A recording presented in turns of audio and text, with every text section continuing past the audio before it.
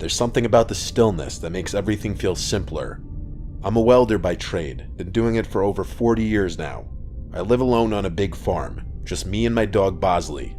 The house is too large for one person, but I never had the heart to downsize after my wife Maria passed away. Please My subscribe the kids moved channel. out years ago, and ever since cancer took her, it's just been me and Bosley.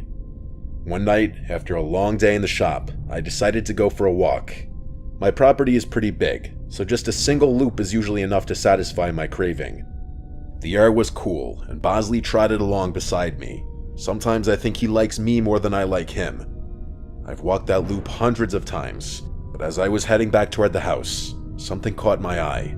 I glanced up at the second-story window, the one that looks out from the bedroom Maria and I used to share. For a split second, I thought I saw something move. I stopped dead in my tracks, staring up at that window. There was no reason anyone should be in there. I hadn't been in that room in years, couldn't bring myself to. I felt my blood start to boil at the thought of some stranger breaking into my house. I wasn't going to stand for that. I rushed inside, my heart racing, and ran upstairs. The room was empty, just like I'd left it. No sign of anything out of place.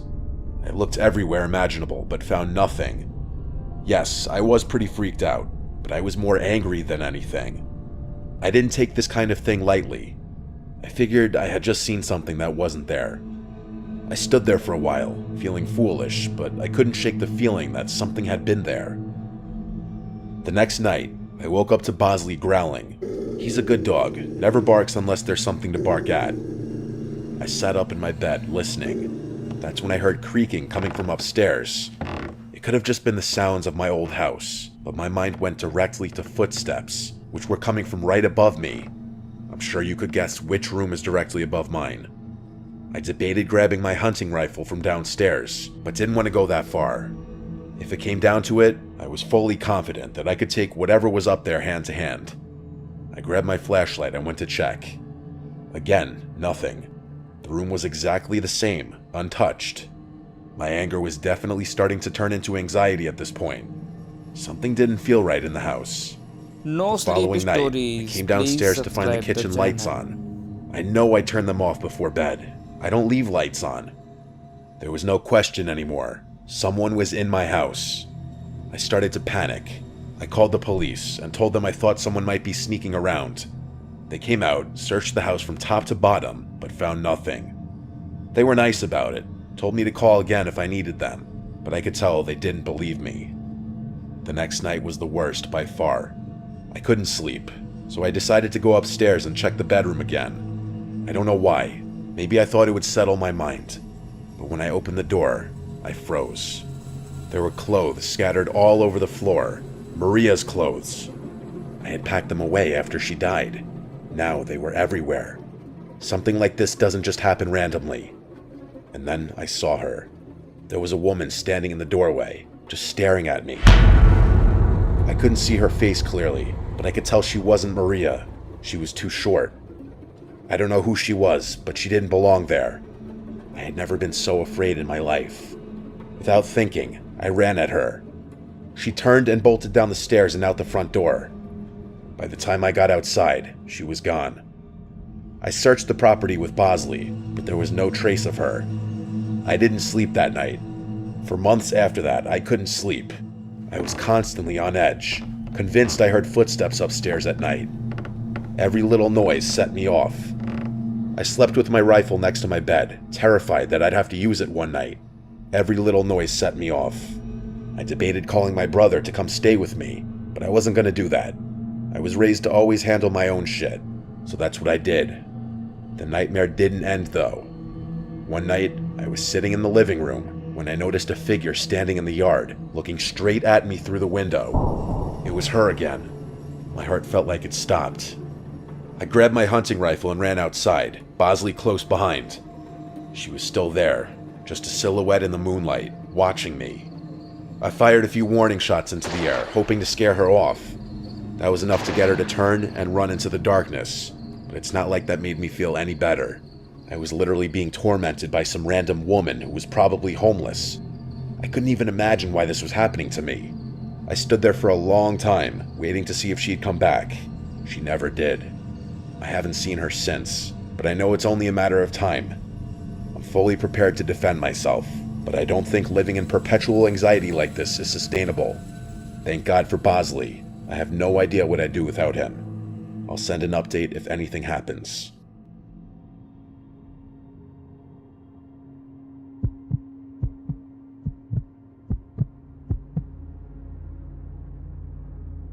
I work for a catering service, which means I'm on the road a lot, usually late at night. I spend most of my time lugging stuff from place to place in this massive truck the company makes me drive. It's not the worst job in the world, but the hours suck, and it's not at all what I thought I'd be doing with my life. By the time I get home, I'm either so wired from caffeine that I can't sleep, or I pass out the second I hit the bed and stay that way for 12 hours. I was driving back home one night at like 2 a.m. It was nice to be driving my own car again. As I was approaching my house, I realized I had probably had one too many Red Bulls and there was no way I'd be able to sleep. On top of that, I hadn't eaten in hours and I was starving. There's a McDonald's right off the highway about 10 minutes from my house. It's usually my first choice when it comes to late night snacks since it's just so convenient. I'm not even one to gorge myself on fast food. I just occasionally get this weird craving that only a handful of fries can satisfy. It's obviously 24/7, and I figured some comfort food would be the perfect thing to help me wind down. I don't remember exactly what time it was, but it was definitely after 2 by the time I pulled into the drive-thru. There were a few cars ahead of me, which I was actually kind of surprised by. It's not like this McDonald's was a busy spot at 2 a.m. on a Tuesday. As I was sitting there impatiently, I found myself staring off into space, wondering what was taking so long. That's when I noticed something strange. There was an old, beat-up Volkswagen with its windows tinted backed into a spot in the very corner of the lot. The McDonald's itself was only accepting drive-thru orders at this hour, so it did make sense why there'd be a car in the lot. There were reserved spots on the other side for employees, so it couldn't have been one of them. I figured it was maybe just someone eating in their car, which it probably was. I myself did that from time to time, so I guess I couldn't judge. It was just an odd sight, to be completely honest. I got my food and started driving away. I didn't want to go home just yet, but I also didn't want to just sit there idling my car. I began racking my brain, trying to think of a good place to scarf down the food. I live in a pretty lush area, so there's honestly a lot of options, but I didn't want to beat around the bush too much considering how late it was. There's a massive nature preserve literally down the street from my house. It's situated on a mountain and is essentially just an enormous forest. The kicker is that there's a scenic lookout point at the peak with a view of the city. There's a road that loops around the perimeter of the preserve and will take you right to the peak, which is nice during the day. After the preserve closes, though, the road is inaccessible to cars, but still a convenient path to get to the peak without having to walk through any woods. I used to go there with my friends from high school all the time. It was kind of a default spot when we wanted to be outside. We'd hang out, talk, smoke, or just appreciate the view. I actually hadn't been there in a while because I was just so busy working all the time, so I figured going there would deliver a much-needed nostalgia rush. When I got to the preserve parking area, it was completely empty. I say parking area because it wasn't a traditional parking lot with spaces for cars, but rather a big patch of gravel that veered off from one of the roads that ran past the preserve's border. Like I said, the actual preserve was closed, meaning I'd have to walk all the way up to the lookout spot from outside. Before I could even turn off the engine, I saw headlights pulling into the lot. That was unsettling enough on its own. Who else would be here at 2 a.m.? And then I realized what I was looking at. It was that same Volkswagen from the McDonald's parking lot. I was 100% certain of it. I parked a little ways away, and the engine cut off. I felt the unease start to pour in. What were the odds of that happening naturally? Had they followed me? My window was partially rolled down, and as far as I could tell, there was no music coming from that car, or at least none that I could hear. After nothing happened for a good minute or so, my fear started to fade. They were probably doing the same thing I was, out for some fresh air or a smoke. It's a pretty popular spot for that kind of thing, but I was just so weirded out considering how late it was. I couldn't shake the feeling that something was off, even though I concluded that it was just one of those unexplainable coincidences. I sat there for a minute, debating if I should just go home. I didn't want to leave, but I didn't want to be alone either. I picked up my phone and FaceTimed one of my close friends who lived a few minutes away. I told myself that if he didn't pick up, I'd just eat my food in the car and drive home. He was actually awake though, which I was a little surprised by. He said he had been up writing a paper. I convinced him to swing by and hang out for a bit. He was down. He said he'd be there in 10. While I waited, I kept my eyes on the Volkswagen. It still hadn't moved. I tried to shake it off, telling myself I was being paranoid. When Sebastian finally pulled into the lot, I felt a lot better. We both got out of our cars and began walking up the path. Before the parking lot fully receded from view, I shot a glance backwards. The Volkswagen was still there, but I saw all 4 doors open at once. 4 guys stepped out. They just stood there for a few seconds, looking at each other. They weren't even talking, just looking around at each other. It was freaky. I nudged Sebastian, who realized what I was looking at. Before they could see us, we continued walking up the path so that the lot was obstructed from view. Alarm bells were going off in my head, but Sebastian didn't seem that concerned. He told me they were probably just going out to smoke. We kept walking, and by the time we got to the top, the city view was enough to take my mind off things. We always sat on this little rock wall that was supposed to keep people from wandering off the edge of the mountain. We sat there, eating and talking like we used to. It was nice. Of course, that nice feeling didn't last very long. We heard the sound of talking and laughter quickly approaching us. We turned around to see 3 guys walking towards us, sharing what looked like a blunt. They were acting friendly enough, which definitely calmed my nerves a little. Instead of finding their own spot, though, they walked right up to us like they wanted to start a conversation. The guy in the blunt was covered in tattoos and had a nose ring. He honestly looked pretty intimidating. He flashed half a smile before asking us if we wanted to smoke. We both said no, and one of the other guys laughed and called us pussies, to which Sebastian scoffed at. My curiosity got the better of me, and I blurted out a question about what they were doing at McDonald's. The guy holding the blunt dropped his smile instantly and narrowed his eyes, like he was caught off guard by my question. His 2 friends did the same, staring at us with cold expressions. They didn't say anything for an uncomfortably long time. That's when I remembered that there had been 4 guys in that car, not 3. One of them was missing. At that point, I was fully prepared to run. I knew Sebastian was thinking the same thing. Finally, the ringleader told us that he worked nights and that he had just gotten off. He pulled his hoodie up to reveal a McDonald's uniform, I think because he knew we wouldn't have believed him otherwise. He then went on to say he came to the spot every day after work to smoke with his friends. While that definitely calmed me down a bit, something about this situation was terribly off. I could tell Sebastian felt the same. We decided it was time to go. As we started walking down the path, Sebastian stopped and pointed into the trees. I followed his gaze and saw the 4th guy, half hidden in the darkness. He was holding something, but I couldn't make out what it was. I felt my heart start racing. The moment he saw us looking, he started moving. That's when we ran. We bolted down the path, glancing back to see him chasing us with the 3 other guys close behind. My heart was pounding so hard I thought it would burst. I could hear their footsteps getting closer, but I didn't look back again. We finally made it to the parking lot, jumped into our cars, and floored it out of there. As I was speeding away, I could see those guys rushing to get in their car. I didn't feel comfortable driving home out of fear that I'd be leading them right to my house. I called Sebastian and told him we should meet back up on his street. We had a decent head start on them, and I don't think we were followed, but I wasn't taking any chances. When Sebastian and I met back up, we were still in shock about what the hell just happened. I don't know if they were trying to rob us or worse. I didn't know what to think. Sebastian showed me his phone and said he had snuck a picture of them while they weren't looking. He sent it to me, but I wasn't sure what to even do with it. I had off the next day, so I convinced Sebastian to come with me back to the McDonald's so we could at least report the employee. The next day, we approached a guy on the younger side in hopes that he'd listen to us. We showed him the picture and told him what happened, and his eyes widened.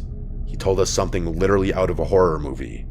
Apparently, that guy's girlfriend had also worked at that same McDonald's and had dumped him a few months ago.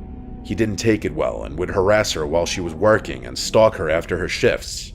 He obviously got fired, but that didn't help. The police were involved shortly after, and there was a restraining order put in place. Apparently, he had been violating that restraining order because he was camping out in the parking lot. Sebastian and I were horrified. I have no idea why he'd decide to follow me, but it was clear that he was unhinged. I'm praying that the police catch him camping out in the parking lot, because then he'll actually be screwed. I just hope he doesn't recognize my car anywhere. It's only been a week, but I haven't been back to that McDonald's or the preserves since. Hopefully the police are able to do something, but that's out of my control.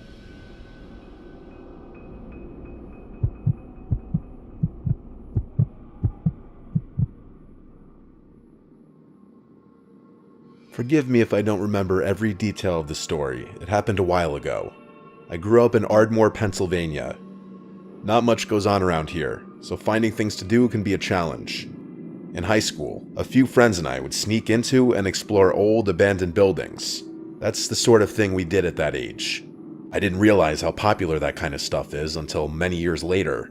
Apparently, lots of people like to explore abandoned buildings. Anyway, there was this abandoned church that we'd been to a couple of times before. It was in Narberth. I actually remember the exact address, 198 Elmwood Avenue. The place was creepy, but it was kind of our go-to spot for late-night thrills. One fall evening, a few of us decided to hit the church and drink a little inside. It was a chilly night, and the air had that crisp bite to it. There were 6 of us, me, Luna, Gina, Johnny, Max, and Allie. The church sat behind an 8-foot chain-link fence, which we had to climb to get in. The doors were all boarded up, so we always went through a window on the side. Once you were inside, the first thing you noticed was the floor, or lack of one. The entire first floor was just dirt. It looked like someone had ripped out the floorboards years ago, leaving only a hole in the center where a set of concrete stairs led down to the basement. That's where we always ended up, down in the basement. The basement had 3 rooms, but only one had a door. The other 2 just had door frames. The first room we went into was the largest. There wasn't much in it, just some old furniture, broken chairs, a busted couch. I remember having to shush Johnny like 12 times because he was a lightweight, and the tiny bit of alcohol he had was making him really loud and antsy. Being in such a big group was always a plus though, and I felt much safer knowing we had numbers. We messed around for a while, drinking and laughing like we usually did. We might have had a speaker playing music, but I don't fully remember. Out of nowhere, a door slammed. I literally jumped. That's how loud it was. We froze, staring at each other with concerned expressions. At first, I thought one of us had closed the door by accident, but no one was near it. Almost immediately, Luna, Gina, and Johnny made a break for it, sprinting up the stairs, leaving me, Max, and Allie behind. We were the fearless ones, and none of us wanted to leave just yet. My heart was definitely pounding, I fully admit that, but I wasn't going to let the wind freak me out. I could tell Max and Allie were thinking the same thing. I don't know if it was curiosity or stupidity, but we decided to investigate. After standing in silence for a few minutes, the 3 of us crept over to open the door that had slammed shut. Behind it was a small room, and the first thing I saw was a dresser. The mirror on top of it was cracked, and there were red stains smeared across the surface. At first, I thought it was old paint or something, but when I got closer, I realized something terrifying. It wasn't completely dry. The stains still had that sticky sheen to them, like whatever it was hadn't been there for long. I felt the hairs on my neck stand up, and I was having second thoughts about not leaving sooner. Someone, or dare I say something, had recently been in this room. Then I saw the picture. There was an old photo on top of the dresser. A black and white shot of a woman in a wedding dress. She was smiling, but there was something off about it. The whole thing gave me a bad feeling. I backed away, but just as I turned, we heard another noise. This time, it wasn't the door. It was coming from one of the other rooms. It was coming from the room we had just been in. That's when Max and Allie both decided they'd had enough. I wasn't going to argue with them. We grabbed our stuff and ran out of there as fast as we could. When we climbed back over the fence and hit the pavement, none of us said a word. After jumping the fence, I turned around, and I could swear I saw the silhouette of a person standing in the open window. I still pray that by some minuscule chance my mind was just playing tricks on me, but I'll never know for sure. My friends and I never went back there together for as long as we remained friends. I've actually been back to that church myself, although it wasn't a church anymore. By the time I got around to checking it out again, it was completely demolished. I still have no idea what we saw that night. I'm just glad my friends were there to witness it with me. Had I been alone, I might doubt this whole thing even happened. If anyone wants to do some digging, go ahead. I was never able to find out anything online, but I wouldn't be surprised if that church has a history I don't know about.